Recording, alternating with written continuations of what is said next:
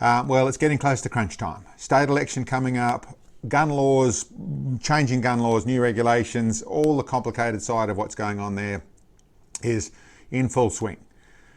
As for the actual regulations, people asking how to try to interpret them, there still is the strong possibility, if the right things happen in the election, that we get a change of government, and in that situation, these regulations get put back to be reviewed properly, and then all things could change. At this moment, there is a whole heap of it keeps changing on the police carrying on like they just made the changes and that's what's going to be. And there is a certain level of certainly when those laws come into effect, which is the 31st of March, which is 3 weeks after the election, there is a time frame where there's some complicated side of things to go on. And that means even if the laws are getting pushed back, there is a state where the police minister will still be in charge because they don't get changed over immediately, and the police can still carry on. But there is a whole set of things to happen there's plans afoot to change that, to make it so that, okay, that doesn't carry on in that fashion. And I'll get into a minute. In the immediate things of what people are dealing with, the immediate things and the questions we get, that sort of stuff, is what happens whether you've got too many firearms or you've got whatever it is you've got. For all people in West Australian, all West Australian gun owners and registered gun owners know that they're getting letters out telling them particular things. If you have to do this, or you may have your license cancelled and all your firearms removed because of that, and then you'll become illegal because all your firearms will be taken away. That is obviously a massive issue to go into, and that's causing a lot of stress amongst people. What we understand of at the moment is, besides the fact that it goes past constitutional law and that sort of stuff, there's some big mess that's going on there because it's not even law and isn't necessarily going to get to law with the processes that are in place. Besides all that, what has been said is that essentially on your letter, if it says that you need to do this, you need to get yourself in line or you might suffer that consequence. That might be have got too many firearms, or for the numbers that are coming, where there are restrictions on the amount of firearms. A peculiar thing which I've got to touch back on, when we have to get genuine need for every firearm that we get, we have to jump through all sorts of hoops. So why there is a number set on it is got nothing to do with, as people who think, oh, they've got hundreds and hundreds of firearms. No, every single person had to go through and justify every one of them. So it's never been an issue, but I'll explain more of that later. But if you've got that situation going on, then what has been expressed by WAPOL, or WA Police Department, is that there'll be a 90-day grace period on that to sort it out, which also gives you 90 days to see what actually happens with the law after that, to see what gets pushed back and what actually changes. The one thing that there's no statement different than that, and this moves into definitely where there is some potential massive lawsuits and things coming against the police department, but that is that if you have what is going to be a prohibited firearm, so something they're banning, and this is largely about the lever release firearms, that sort of stuff, which for those that don't understand, is the type of firearm that you just have to push a button or tap a lever or pull a little lever or something. Basically a semi-automatic rifle that's been converted into a you can't just pull the trigger and fire again, you've got to press a button or pull a lever. So that type of firearm is largely the one that they're deciding to make prohibited. I think there's others amongst it, and that is still to be determined in some fashions. But those there won't be a grace period on, is what they're saying at this moment. Now, that may well change over the next, prior to the election. It's every day there seems to be a different thing that's going on, a different change of what's actually happening. Now they've stopped, the last thing I heard is they've stopped all new licensed applications until after the 31st, or till after the rules are in. They've stopped all new licensing, which is, listen, all down the same thing. They all don't want civilians to have firearms, is the ultimate bit of this. But in I suppose, fairness to them, it's getting confusing, and they don't have enough staff, and it's hard for them to work it out, hard to make the decisions. They don't have the time to do all this sort of stuff because they don't have enough people. So that makes perfect sense that they're making more regulations, so they need more people, even though they can't manage what they have already. But that's where we're at the moment. My honest call for those people is that there isn't any easy out for you. There isn't any easy out here. I don't. What I would be doing in that situation is holding on as long as I can. You get nothing for these firearms as it stands anyway, but the little bit you'll get via a dealer that can then ship them over east, it all has to happen for them prior to the 31st because they're banning them from dealers as well. In any common sense or any common law, in any constitutional side of things, there needs to be a way out of this. And for those people that don't understand what I'm actually talking about here, these are firearms that were bought fully legally with full approval from the police department. Sometime, generally these firearms we're specifically talking about, sometime in the last 5 years. So this firearm owner had to go through all the reasons to do all the bits and pieces, all that sort of stuff. They are generally little plinking firearms. They're generally rimfires. There's some that are in the smaller 223s, but they're generally firearms for plinking or for pest control. They've had to jump through all those hurdles. They are, because of what they are, generally slightly better quality firearms than just the simple ones. So they're a little bit more complicated. So they're costing $2,000 to $3,000 to $5,000 to $6,000 is what these firearms cost. It hasn't been clear until recently that these firearms are going to be banned. And by that stage of when that was through, even when there was a sort of buyback thing that was there from the police, they were offering $600 for a $3,000 or $5,000 firearm. So basically stealing it. But threats came throughout this process because we need it to happen, because this is the law that's coming. We've made up our minds, this is the law, this is what I've written down, and so you need to simply give up that money because we don't think you should have it. This is a firearm that's no more dangerous than your average, well, actually we're talking firearms, they're no more damaged than your average kitchen spoon. Yes, so it is an inanimate object that does nothing different to any other firearm, and it is actually known in our society as a very safe thing where we use it, but has been vilified a lot. But ignoring that side of things, this is someone's property that they bent over backwards to purchase, and the government have decided if you keep it, you're a criminal. So you need to give it up regardless of what it's worth. Theft. So it's a heavy situation for these people to go into. Just simply giving it up, well, why would you do that? Why would you just surrender this thing? You put hard earned into this sort of thing, and it's doing nothing wrong. It's simply a law that might not actually come to pass. So there is a period of time, hopefully, West Australia is waking up and the Labor Party are out, and out forever the way they're going, but that Labor Party are out properly, and we get a party back in there that's going to be part of fighting for common sense gun laws and making sense of our regulations to make it all work properly. But there's still a limbo period of, by the time not only the other party has to go from review, but also we have to get control of our police force, because there are members or parts of our police force that are running rogue, doing what they want to do because they feel they can, because they're civil servants that are members of the elite ruling class that should tell everyone what to do, which should be a major threat to everyone who's conscious and aware of things. Is that attitude is an extraordinary scary and extraordinary undemocratic place to be in. So that's the situation for those guys. There's a lot of stress going with that sort of stuff. The only thing I can say is it is changing all the time. Up until the 31st, you are not illegal whatsoever, and hopefully in that nearly that month we have in that period, they'll come up with a grace period or something to be able to give us a way around this process. So that's where it's at. There's a lot of people that have given up. The stress is too high and have thrown away that amount of money because of this process. And I'm not saying for the police department and the government officials and the people they're listening to, that still leaves them exposed to class actions and things like that. This is outside of our common law.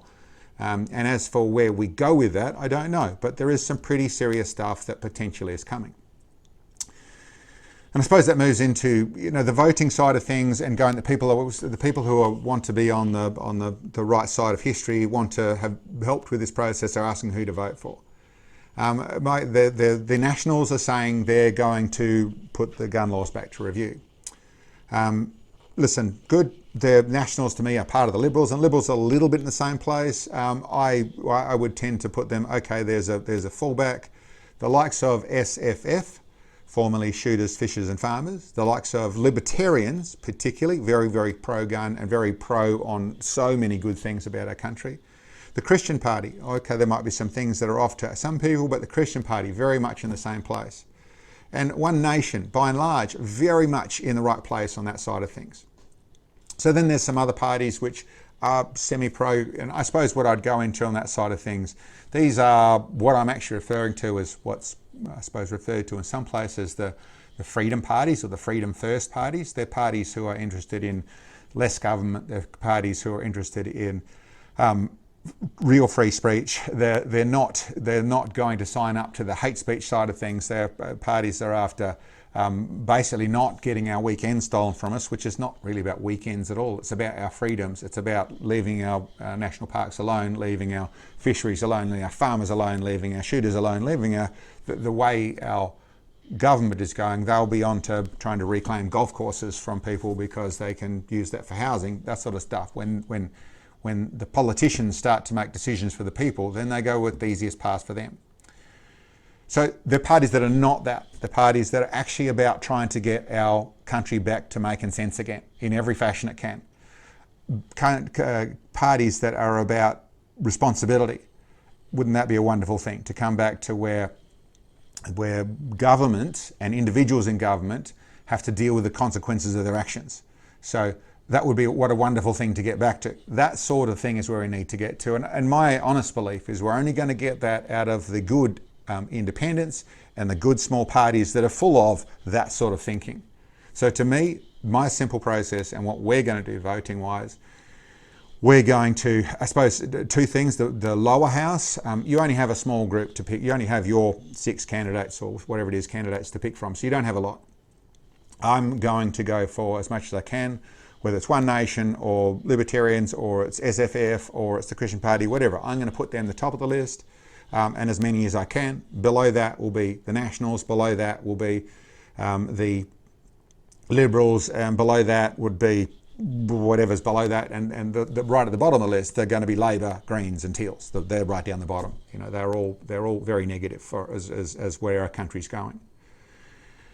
So that's for the lower house. For the upper house, then I'm going to vote below the line. I'm not going to pick a party on the top of the line. A lot of the how to vote cards from parties are going to put their party and put a 1 on top of the line is what they want you to see. Nice, simple voting. I think there are independents that need voices, and I think there's even some, no, I wouldn't vote for anything in Labor, but there is even a couple in the Liberals that are, the individuals are really good people on the right side. And that's the Nationals, but particularly amongst picking the eyes out of the Freedom First parties is what I'm going to do. So that means that the independents, and voting below that line, and certainly in there goes the Libertarians, the SFF, the Nationals, but One Nation. There are some really good individuals to pick out of that. So go through the pain of figuring that out, which I also have for people who haven't gone postal voting, for people who don't want to just be hit with this paperwork, this with many names on it all of a sudden. I'll put a link down below to a short that to a short video. It's not a short, but a short video, which if you go to high resolution, you can see what that form looks like. We've got the postal vote, so we've got the piece of paper. I took the best resolution picture I could of it. I couldn't turn it into a proper Word document. So it is just a picture. You have to go to high resolution. But if you do that, you can go through and see all those names. And go through and pick it up, work it out, do the research, find the name, do the research on them. Find out what you can. So that's what I'm going to do in the way of trying to get to where we've got enough. I want to see in the upper house particularly, where the real government side of things, that it's the yes or no, you made the right decision government, or no, you made the wrong decision government actually happens, is where we need to have independents and small parties sitting up there to say, no, let's not do that. That's a bad idea. Let's make it make sense. And as I've said, there's many things that this is happening for. There's many things where this government has just tried to push things through to suit their own agenda. And to be honest, they're not smart. Now, whether it's the individuals or the processes that aren't being smart, some of these things, and in that situation, our firearms bill, the things that they put together, when you actually go through and look at it, it so clearly shows this hasn't been thought through. It's been done with an agenda. It's so messy what they've tried to construct and all the things they've tried to create, in systems that aren't in place, in programs that aren't in place, in just the management of that doing would be 10 times the police force of what they don't have enough police force for. So logistically, it's a mess. The transition period they're going into with the class actions and things that are no doubt coming when you thieve money from people by saying, okay, we'll all of a sudden make a criminal because we've decided to change this with no room into it. The tens of millions, hundreds of millions of dollars that potentially goes into. But it's not really done with the people that when you stop and read what's going on, it's done with a very different agenda. It's done with the agenda. It's not about making sense of the gun laws. It's about setting up a framework that they can in 6 months' time or in 12 months' time or in 2 years' time change one little bit and okay, it means this now. So for the people who are flat out complying and getting to exactly the right amount of firearms, that side of things, because this will be fixed, no, this is just a battle. The war means if you get in place that we can only have 5 of this and 5 of that or 10 of this and that's all you can have, which, like I said, this is a situation where we already had to justify every firearm. Our world doesn't justify a damn thing. You get a license and you can have that license. You want to buy a truck, you want to buy a plane, you can just buy the plane. You don't need to justify it. You need to come up with the money. So in the firearm side of things, we need to justify it. So there is no logical reason why you would have a limit on firearms, because you have to justify every one of them. And every time they look at you, they also say, well, you've already got these firearms, why do you need that one? So there already was an effective limit on firearms. The reason they're putting a number on firearms, and this is same to many things involved in this legislation they're putting forward, the reason they're putting the number in is so they can change the number later on. So they can take 5 or 10 to 5 and 5 to 2 and 2 to none. That's the simple process here. And there's so many other things you can pick the eyes off. So for those people who are flat out complying and it'll be fine, no, the fight's not over, not by a long shot. That is the beginning of the end to actually let this go through. So keep that in mind. Voting, very, very important right now, and it's important for a lot more than just firearms. It's important for basically keeping this state anything other than, and then it only goes into very nasty places if you think where this is going. And I'm not going to go there, but it's very obvious once the government takes complete control over everything, life's not going to get better for the people inside it. Life's only going to get worse for the people inside it. Easier for the government to manage, or even the government to control. So very, very important. And I would say very important in the level of getting back to where our system needs to change in some fashion or other, where there isn't protection of consequences. For there needs to be responsibility taken by government, which is answerable. If it goes wrong, then there should be some form of payment or some form of punishment that goes with making a mistake, like there is in everywhere else in our world. At this stage, there isn't really. There isn't anything that happens in the political class and our civil servant side of things. There is a whole heap of oopsie, and they carry on. We need to change that. Some culpability, some accountability. That's what we need to bring back into it. So as said, this is just a battle, and I suppose that's the other bit I want to bring up right now. The war of what's going on for freedoms, but in our particular instance, our firearm side of things, is regardless of what happens through this battle, regardless of its win, lose or draw, there's a lot to do. There's a lot of what we've got to change things. Now, I've mentioned previously about getting together and working out some positive advertising for firearms, starting to change the social or the cultural aspects of it, or what the appearance of it anyway, and start to do what all other sporting codes, what everything else does, some positive advertising. Well, we should be doing the same thing. But this actually comes down to also in the fashion of there needs to be, we need a seat at the table in places where we haven't got a seat at the table. And what I'm talking about there is when it comes to dealing with the government and the police, I'm actually referring to is the average shooter in Western Australia. The average shooter in Western Australia. So whether that's a plinker in the back paddock, or that's a lot of people have firearms because they are, be it hunters or be it pest controllers, or they are basically all the different forms of recreational hunting, recreational shooting that there are. You don't need a member of a club, you need to be licensed, and that's pretty much it. And that's where most shooters actually are. So they bought a firearm so they can do this, and they might not do it for 2 or 3 years in a row or 5 years in a row. They might not do it, and then they go out and do it. But they're prepared, they have that equipment there, so they can go and do that when they need to, for whatever reason that is, or where they want to.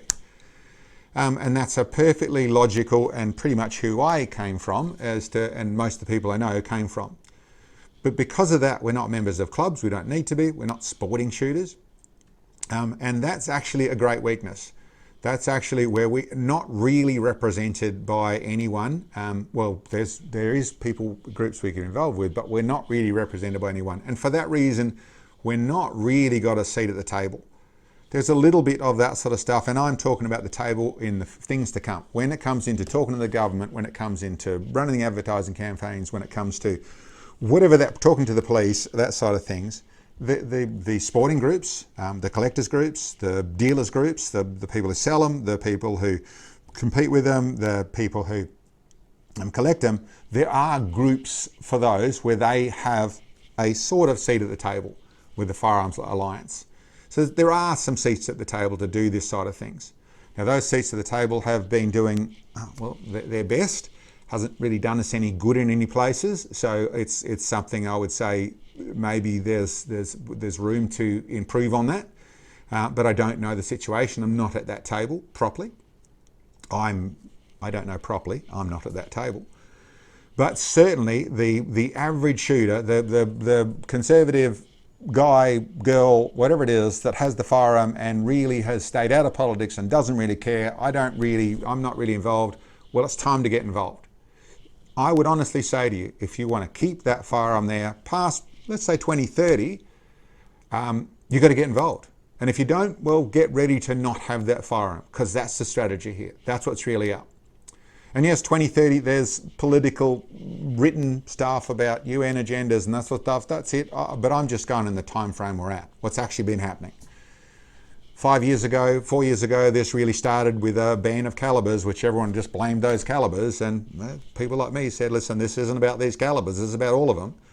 And now, 4 years down the track, we're into the world, well, we want to take a lot of the firearms and we're putting in a whole set of rules that we can remove more. So let's just go 5 years forward. And why would you think, if this process keeps going, that they'll let any individual, other than a government employee, have a firearm? So that's, to me, extraordinarily obvious. If you want to keep your firearm, then we've got to get together as a group. We've got to get a voice. Now, that isn't to go and burn down the Capitol building or blah, blah. I'm not saying that at all. Just get together where you're part of a group. Now, that's probably paying a subscription. I'm probably talking about spending a bit of money. But then, so you're informed to start off with. So many shooters didn't know what was going on. I don't know what's going on. I didn't know that. I didn't realise that. Which is, okay, that's not good enough. Like I said, if you don't want firearms at all, you just want to give them away, then okay, then join the sheep and go over there. If you want to keep your firearm because you think it's something that's of value to you. And certainly I think if you want to be part of making Western Australia a better place and keep what we had at least, then becoming at least a member of that sort of stuff does a lot of that. It keeps you informed, but it also gives, if we get together and join the same group, it gives that group some power.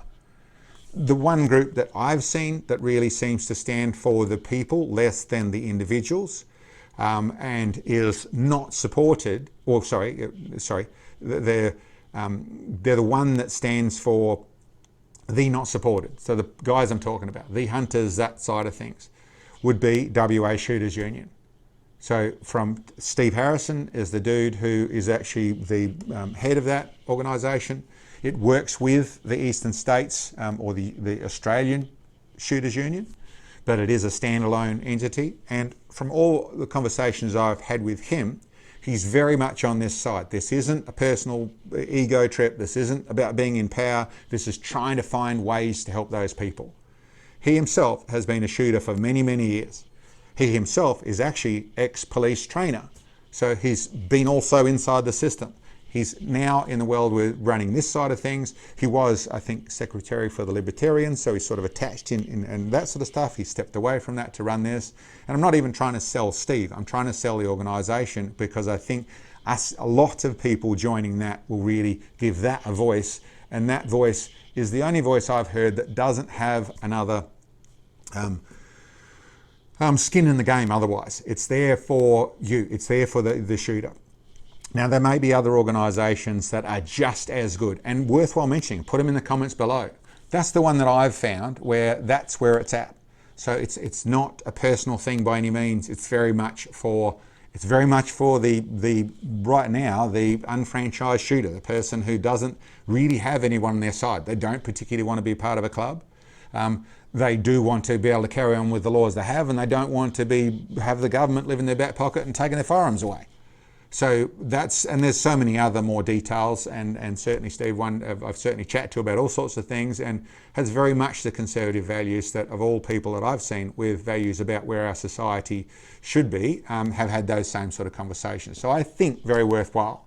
And maybe that's the organisation, if enough of us join, not only gets a seat at the table, but maybe that's exactly where we can work out how to do the pro-advertising side of things, where there needs to be a lot of controls on this, and that's exactly the same way that Steve sort of thinks and that organisation thinks about that sort of stuff. So proper written constitutions, proper bylaws, proper bits and pieces to make sure that everything inside our system can't be corrupted into something else. Too many organisations either end up with ego running it, or with other agendas involved, where they get to win out of some of the things that actually happen. They benefit from it, where the average shooter loses from it. So I think very valuable, and certainly with time to come, and that's including straight after the election, that we need to have a voice where more of the real shooter from Western Australia, and that's not saying that the competition guys aren't real shooters too, but they are a particular small bunch of West Australian shooters. Whether it's the collectors, they're a particular small bunch of West Australian gun owners. Even when it comes to farmers, very, very important, but a particular small bunch of the average shooter isn't any one of those people. And those are the voice, they don't really have the voice, and they should have at least a comparable voice. Also the dealers, another voice, but all have different actually things to gain out of this process. And the one that is most concerned to me is the one that doesn't need to be affiliated with any of those other groups, but still stands really strong as a really important part of what a West Australia should be. So join our group, very, very important. The other thing I'll say about the Shooters Union, I'll put down a list of things that they put together as to a sensible sort of thing to try and help with the firearms issue we're running into right now. Some of that, listeners, is stuff that, I think needs some fleshing out, needs some work on, that type of thing, but I'll put it down there in there so you can see what they have to suggest. One of the main things they're talking about is for this immediate next step of all of a sudden making people illegal on that date. Damn, you're illegal, so now we can take all your firearms. Not only is it extraordinarily dangerous in the way of the fiscal responsibility, because you're just after people to surrender thousands of dollars, in 10,000s, maybe in some cases even more than that, dollars, because they have these firearms that you've instantly made legal and have no way of surrendering them anything other than just giving them up. That's a bad place. Their suggestion is grandfathering. To answer all this sort of stuff is grandfathering. There's other bits and pieces they talk about in the way of holding new license applications for a while, putting up a new revised or a new, basically a section to let business go forward, which just puts it into a little grey area to suit the new rules, but it doesn't fit the whole thing at this moment. There's various suggestions they've got to try and smooth this transition period over. If it actually turns into a transition period, it smooths it all over to where there's no legal implications. Everyone's under control. We're not talking about law breakers, and we're not instantly making criminals out of people. So some really smart things to go with that. Now, whether that turns into a temporary grandfathering thing to actually get to the other side of the process, so there is a way out of it, and they can assess things. Obviously, if you're taking off someone's property, you need to, if you're going to do that, which I don't feel should ever happen, but if you're going to do that, then rewarding them properly, remunerating them properly, paying for what you're taking, is the absolute minimum you should be doing. I think it's all nonsense, because it's not actually got anything to do with safety. It's got nothing to do with these are bad firearms. It's purely another one of those, If we take that little bunch, we take that little bunch, we'll just keep on taking bunches until we've got them all. That's what's really going on. And I think in a proper review, we can start to see deeper into this and get the agenda more exposed as to what's really going on, and then come back to what they say they want, and let's make it that. Safe, modern gun laws for public safety, everyone's common sense, make sense of things, not overwork your police department, make it all fit in those brackets. There's lots of other things that I would go with down that road. Getting the police out of any writing or even interpreting legislation. They shouldn't do that. That's not their job, not any part of that job. That should be a separate body that does that, federal, state, whatever, a separate body does that. The police are simply there to enforce the legislation. Not interpret it, enforce it. That's it, that's the whole job. So anyway, that's my take on it. I know it's a long one again. I think I've gone through all those bits and pieces as to what matters. For those guys in that desperate situation with a firearm that you just don't want to throw away, but you're not certain that you have to, and you don't have the law, that sort of stuff, it's hold your breath for a little bit long for you. I feel you. I understand where you're at. There is no easy thing. My hope is that prior to the election, there'll be another concession to make this work, to get to a position where it makes sense. And if not, then immediately afterwards. But up until the 31st, you're not breaking any laws, that sort of stuff. Hopefully, but prior to getting the 31st, that's all been had to work around and make it so I can go forward. But I can't tell you any more at the moment. And for voting, talk to friends, talk to family. Like I've said before, firearms is not the topic we're on. Bad government is the topic we're on. Overreaching police department is the topic we're on personally, but actually that goes for all our civil services that are running amok because they feel they're the ruling class and they know better than you. And that is interfering or pushing into many people's lives. That's the sale point here. Amongst so many other things that the Labor Party have done wrong. And going for your independents and small parties and people, freedom first parties, that sort of stuff, is the only way I see to really save what we have as a state and not make it even worse than it has got. So anyway, guys, that's my one. Thank you very much for checking in. I hope it helps a little bit. And yeah, well, I suppose Labor last, like I said, Greens and Teals last below that. But let's go for a good result in this election, and then carry on with the fight after that. Thanks for checking in, guys. We'll catch you next time.